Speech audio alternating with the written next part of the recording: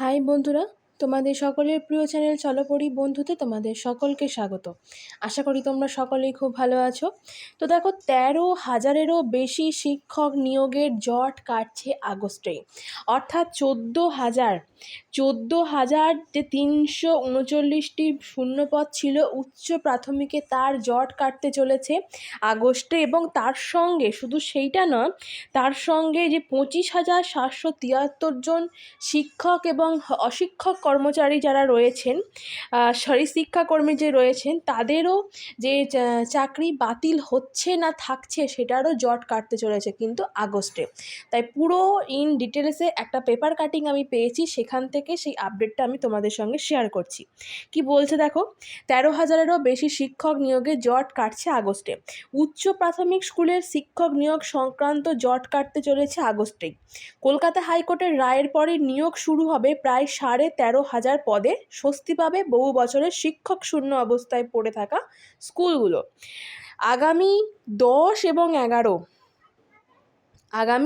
এবং 11 তারিখের নাগাদ এই চূড়ান্ত রায় দেবে কলকাতা হাইকোর্টের ডিভিশন বেঞ্চ। সংশ্লিষ্ট মামলার গতি প্রকৃতি এবং শুনানি দেখে ওয়াকিবহাল মহলের আশা নিয়োগের পক্ষেই যাবে সমস্ত রায়। ওকে, তো মেন জিনিসগুলো আমি বলছি। ডিভিশন বেঞ্চে স্থগিত রাখা হয়েছিল এবং জানিয়ে দেওয়া হয়েছে আপাতত যে 3 সপ্তাহের মধ্যে, 18 জুলাইয়ের পর জানানো হয় 3 সপ্তাহের মধ্যেই চূড়ান্ত রায়দান হবে এবং সেই হিসাবে 10-11 আগস্ট মামলাটির রায় দিতে পারে হাইকোর্ট। উচ্চ প্রাথমিকে মোট শূন্যপদ ছিল তোমাদের 14,339টি, সেখান থেকে 13,033 জনের নাম রয়েছে।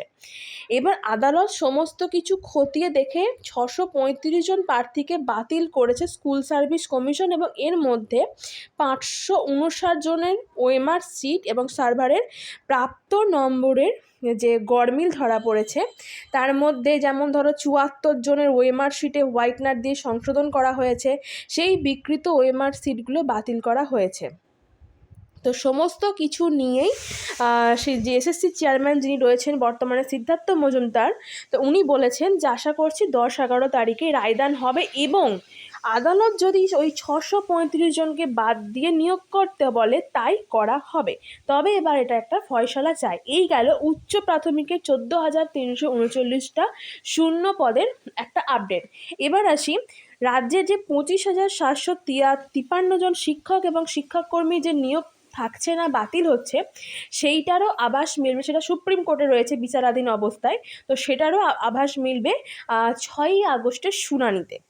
তো এর মধ্যে শুধুমাত্র মাধ্যমিক, উচ্চ মাধ্যমিক শুধু শিক্ষক সঙ্গে, তার সঙ্গে রয়েছে গ্রুপ সি, গ্রুপ ডি স্তরের শিক্ষাকর্মীরা, সমস্ত কিছু মিলেই কিন্তু এই মামলাটা রয়েছে 25,753 জন, এটাও কিন্তু আগস্টে রয়েছে।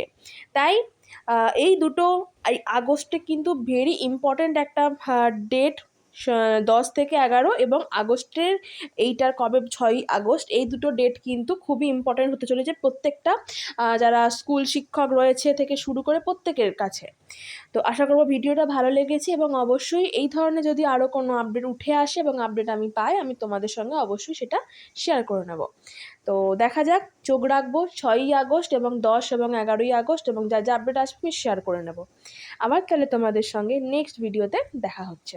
Thank you.